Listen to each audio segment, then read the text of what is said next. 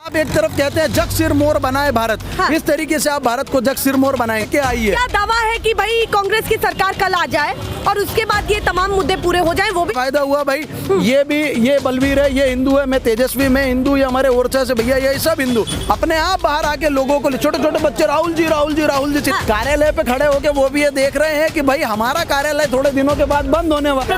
प्रधानमंत्री का तपस्या हमारी बिल्कुल भंग है। ये हिंदुस्तान की, आप अभी मुझसे पूछ रही थी ना कि ये लोग वो क्या सोचते हैं राहुल गांधी के बारे में, ये आपके सामने प्रत्यक्ष को हाथ कंगन को आरसी के और पढ़े लिखे को फारसी के। भाई दाढ़ी बढ़ रही है, बढ़ती जा रही है और भी बढ़ती जा रही है। कंपटीशन चल रहा है कि मोदी जी की भी दाढ़ी, मोदी जी कहाँ मैम आप बढ़ रही है। मेरा सवाल चांदी की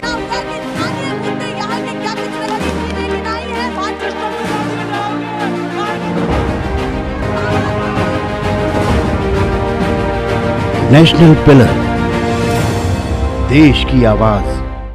नमस्कार, बहुत स्वागत है आप सभी का। मैं आपके साथ मीरा राजपूत। आप देखना शुरू कर चुके हैं नेशनल पिलर। लगातार आप राहुल गांधी की इस यात्रा को देख रहे हैं, राहुल गांधी की सेना को देख रहे हैं और जिस तरीके से वो चले जा रहे हैं वो कहीं ना कहीं जन समर्थन भी मिलता दिख रहा है। और काफी लोग अभी मौजूद हैं जो अब राहुल की यात्रा के बाद अभी रुके हैं। थोड़ी सी बातचीत तो इनसे भी जरूरी है कि राहुल की यात्रा में इनको क्या क्या खास लगा है और क्या ये पसंद करें, क्योंकि देखिए कश्मीर काफी नजदीक है, बॉर्डर काफी नजदीक है, एक ही राज्य के बाद सीधे कश्मीर आने वाला है। ये यात्रा अब लगभग अपने 3100 किलोमीटर से ज्यादा की यात्रा पूरी कर चुकी है। सारे भारत यात्री और वो लोग जो इस यात्रा में भारत यात्री नहीं है लेकिन कांग्रेस पार्टी, लेकिन कांग्रेस के प्रति या तो कांग्रेस के प्रति, पार्टी के प्रति या इस देश के प्रति आस्था रखते हैं, निष्ठा रखते हैं, इस देश के प्रति समर्पण का भाव रखते हैं। जो लोग ये चाहते हैं कि इस देश में फिर से अखंडता, फिर से एकता, फिर से शांति, सद्भाव और भाईचारा स्थापित हो, वो लोग इस यात्रा में 3500 किलोमीटर की यात्रा को पूरा कर रहे हैं। अच्छा ये बताइए, आप ये कह रहे हैं शांति सद्भाव जुड़ा रहे, एकता बनी रहे, ये बताइए टूटे कब थी? वो सवाल पूछ रहे हैं आपसे कि ये बताइए भाजपा कब तोड़ो फोड़ो की राजनीति करती है, मुस्लिम को भी साथ में रखती है, सिख को भी, ईसाई को भी, हिंदू को भी, उनकी पार्टी में ये मैसेज जाता है, बताना तो पड़ेगा। मैं ये बता देता हूँ कि भारतीय जनता पार्टी ये प्रोपेगेंडा चला रही है कि भाई हमारा देश तो ऑलरेडी अखंड है, टूटा नहीं है। तो हमने कब बोला कि हम राज्यों को जोड़ रहे हैं? हमने बोला कि हम सभी भाषा, अलग अलग भाषा के लोगों को जोड़ रहे हैं, हम अलग अलग संप्रदाय के लोगों को जोड़ रहे हैं, हम अलग अलग धर्मों के लोगों को जोड़ रहे हैं। आप गाय के बीफ के नाम पर रहबर खान को मारते हैं, पहलू खान को मारते हैं, अखलाक को मारते हैं, लेकिन आपका केंद्रीय मंत्री किरण रिजिजू खुलेआम चिल्लाता है कि मैं आपने कभी उसके ऊपर क्यों कोई कार्रवाई नहीं की? तो हम ऐसे सभी लोगों को जोड़ना चाहते हैं जो लोग भाषाई आधार पर भेदभाव कर रहे हैं, लेकिन राहुल गांधी जी की जो विचारधारा है, जो सोच है, वो सब लोगों को साथ में लेके चलने की, सब लोगों को समेकित करने की और इस देश को फिर से जो सोने की चिड़िया भारत हम कहते थे ना, वैसा देश बना। आप एक तरफ कहते हैं जग सिर मोर बनाए भारत, इस तरीके से आप भारत को जग सिर मोर बनाएंगे। इस तरीके से आप चार लोगों को तोड़ते हैं, आप हिंदू के साथ मुसलमान को लड़ाते हैं हिंदू भाषी हिंदी राज्य में, आप पंजाब में आते हैं तो सिखों को हिंदुओं से लड़ाते हैं, आप उत्तर प्रदेश में जाते हैं तो दलितों को ठाकुर से लड़ाते हैं, दलितों को दूसरे आदमी से लड़ाते हैं। तो ये भारतीय जनता पार्टी का, देखिए हम ये नहीं कहे भारतीय जनता पार्टी बिल्कुल हिंदुओं के पक्ष की पार्टी नहीं, इस देश की 80% आबादी हिंदू है। मैं पूछता हूँ, बताओ कौन हिंदू का फायदा हुआ? भाई ये बलवीर है, ये हिंदू है, मैं तेजस्वी, मैं हिंदू, ये हमारे ओरछा से भैया, ये सब हिंदू।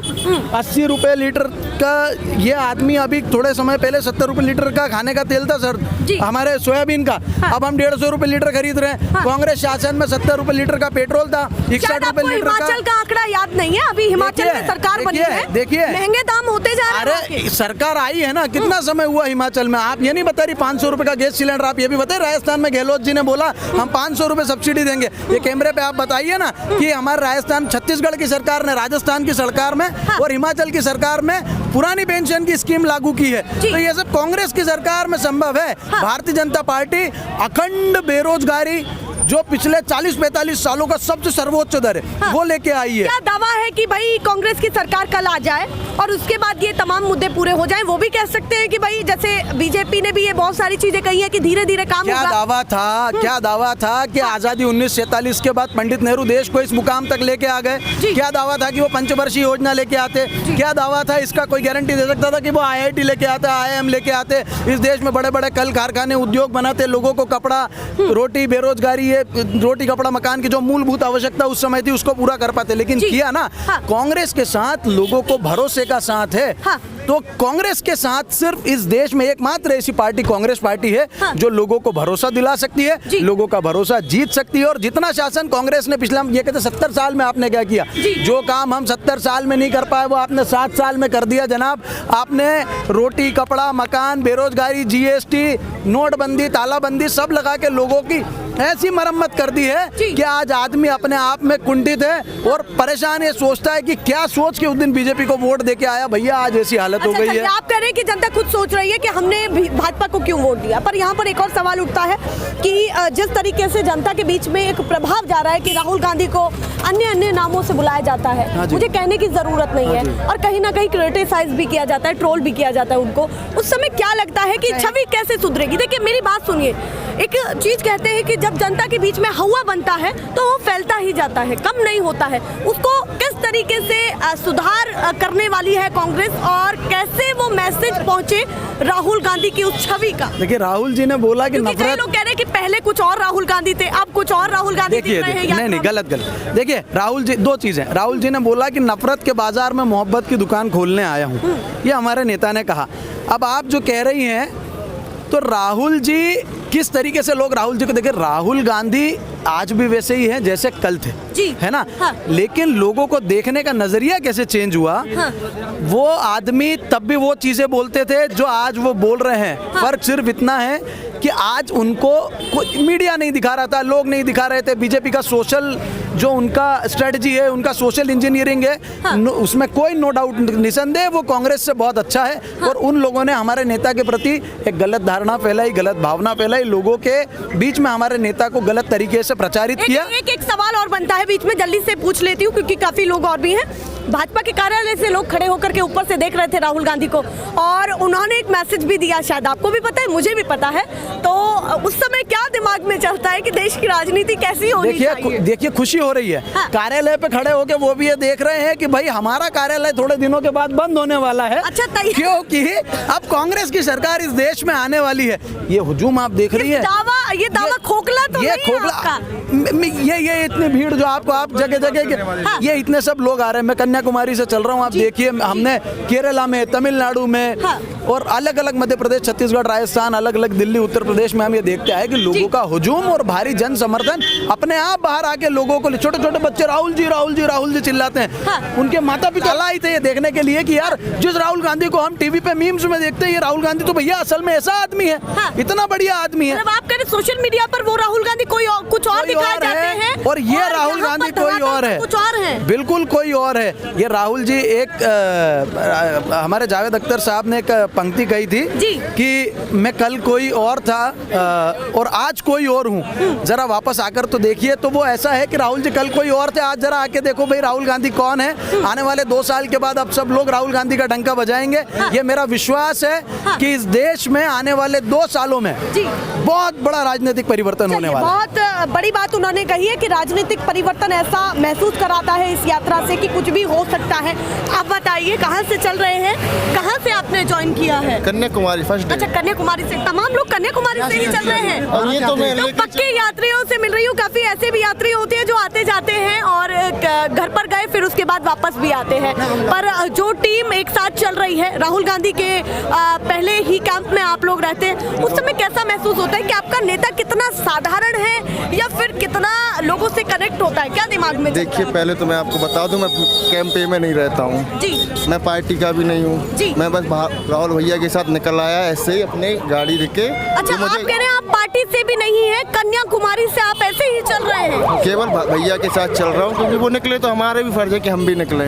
पर ये तो एक कहते हैं कि कार्यकर्ताओं की ड्यूटी होती है, बीच में मन नहीं किया आपका जाने का? आप तो कार्यकर्ता भी नहीं है। तो एक्चुअली क्या है, इन्होंने स्लोगन दिया भारत जोड़ो यात्रा, तो भारत के निवासी होने के नाते मुझे आना चाहिए था, तो वो कर्तव्य आपने पूरा किया, इसलिए मैं उनके साथ चल रहा था। और यहाँ पे चल के मैं आया तो देखा कि वो कर रहे हैं, जो मीडिया में दिखाया जाता है एक्चुअली वो सब गलत है। चलिए, वो उनका एक बहुत बड़ा सवाल भी निकला, बात भी निकली है कि उनको यहाँ पर आकर के ऐसा महसूस हुआ है कि जो राहुल गांधी सोशल मीडिया पर दिखाए जाते हैं वैसी छवि तो उनकी धरातल पर नहीं है। आप बताइए, राहुल गांधी की इस छवि को कैसे आप देखते हैं? सबसे पहले मैं आपको बताना चाहता हूँ कि ये हिंदुस्तान को लोग सोने की चिड़िया कहता था जी। तो उस समय के जो भी लोग तक हिंदुस्तान के सत्ता में विराजमान थे, उसके मन सोने के थे, और हमारे नेता के मन सोने के हैं। राहुल गांधी से आप मिलो तो सही, आप मिलो, हमारे नेता का मन सोने का है। अगर मन सोने का नहीं होता तो इतनी लंबी यात्रा के बारे में कोई कल्पना नहीं कर सकता था। आज़ादी के बाद से अब तक बहुत सारे लोग आए हिंदुस्तान में और सत्ता हासिल की और चले गए, लेकिन एक राहुल जी इतना बड़ा यात्रा कर रहे हैं, वो भी भारत के सर्वोच्च पद के लिए जी। उसके बाद भी वो पैदल चल रहे हैं। आप सोच सकते हैं कि इससे पहले किसी भी पॉलिटिशियन ने हिंदुस्तान की तारीख में इस तरह का यात्रा नहीं किया और सोचा भी नहीं किसी ने। अच्छा, ये बताइए, आपने बहुत बड़ी बात कही है कि वाकई किसी ने कभी नहीं सोचा था कि 3000 किलोमीटर राहुल गांधी चलेंगे, एक ऐसे नेता चलेंगे जिनको कहा जाता है कि भाई चांदी की चम्मच लेकर के पैदा हुए हैं, ये व्यंग भी किया जाता है। तो जिस हिसाब से उनकी दाढ़ी बढ़ रही है, मेरा सवाल, चांदी की चम्मच लेके पैदा हुए हैं, लेकिन ये लोकतंत्र ही है। जो लोकतंत्र में लोगों की बातों को सुने वही लोकतंत्र है। चांदी की चम्मच में लेकर पैदा जरूर हुए हैं, लेकिन वो हिंदुस्तान के एक एक बच्चे से मिलकर ये साबित कर दिए कि मैं चांदी की चम्मच लेके पैदा हुआ हूँ, लेकिन मैं तुम्हारा भाई हूँ, तुम्हारा हमदर्द हूँ, तुम्हारा हमराह हूँ, और हम तुम्हारे लिए सोचते हैं, इस देश के मुस्तकबिल के लिए सोचते हैं, इस देश का भला सोचते हैं। उसने साबित कर दिया। अब एक सवाल और रह गया इस बीच में कि जिस हिसाब से दाढ़ी बढ़ रही है, बढ़ती जा रही है और भी बढ़ती जा रही है, मुझे लगता है कश्मीर तक जाते जाते और भी कुछ दिखेगा। 4 घंटे सोने का वक्त नहीं मिल पाता है। 4 घंटे, मैं जानता हूँ 4 घंटे उसने सोने का वक्त नहीं मिलता। हम लोग यात्रा करके विश्राम करते हैं, लेकिन उनको आप लोग मैक ठूस देते हो मुंह में कि भैया आप मेरे सवालों का जवाब दो, आप मेरे सवालों का जवाब दो।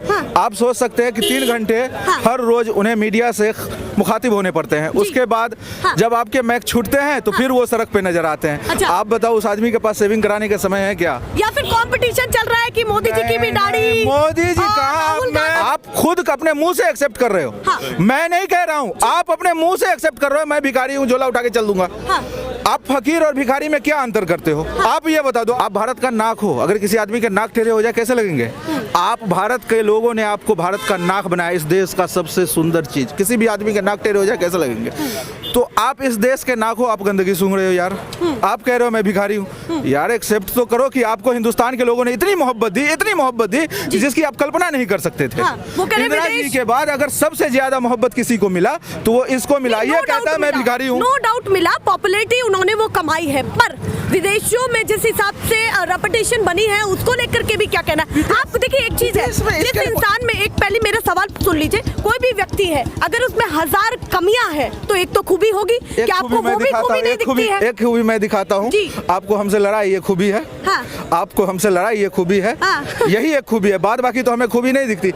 आप कभी भी राहुल गांधी को ऐसे चलते नहीं देखोगे, ऐसे चलते हैं। बताओ, भारत के आप तो साबित कर रहे हो यार कि मैं भिखारी हूँ, मुझे गलत लोगों ने गलत जगह बैठा दिया। राहुल गांधी के लिए कोई संदेश है आगे उनकी यात्रा? मैं तो कह ही दिया कि उसका सोने का मन है। हिंदुस्तान, आपको प्रधानमंत्री पद पे विराजमान होने से पहले 130 करोड़ लोगों से मोहब्बत करने वाला दिल चाहिए। वो दिल सोने का राहुल गांधी जी के पास है। एक चीज और बता देता हूँ, उनका दिल सोने का है।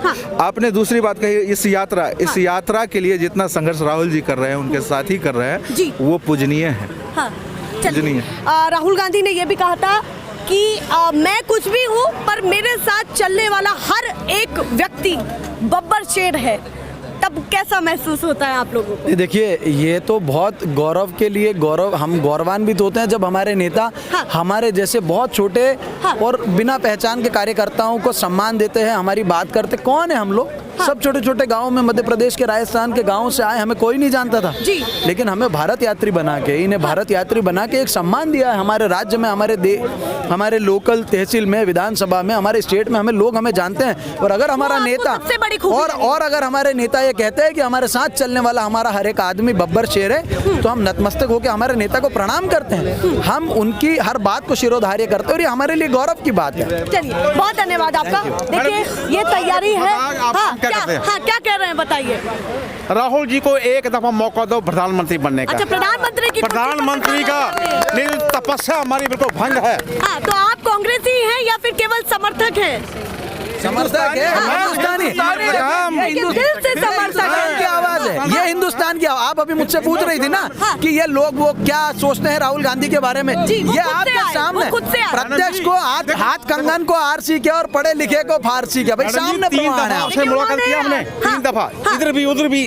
हाँ, तो राहुल गांधी को बहुत पसंद कर। देखो ऐसा है, बहुत तपस्या के एक दफा मौका दे दो, हे भगवान एक दफा उसको प्रधानमंत्री बना दो देश का, उसकी तमन्ना को, हमारी भी क्या बात, मन को शांति आपकी भी तमन्ना है। पूरी 60 एज से 62 एज हमारी हो गया।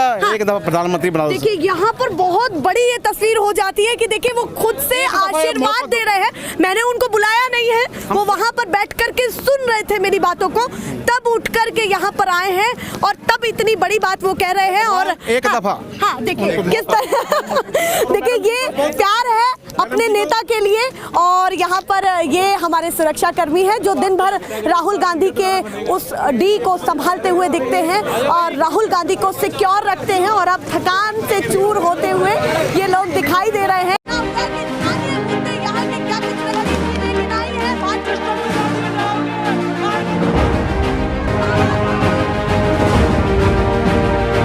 नेशनल पिलर, देश की आवाज।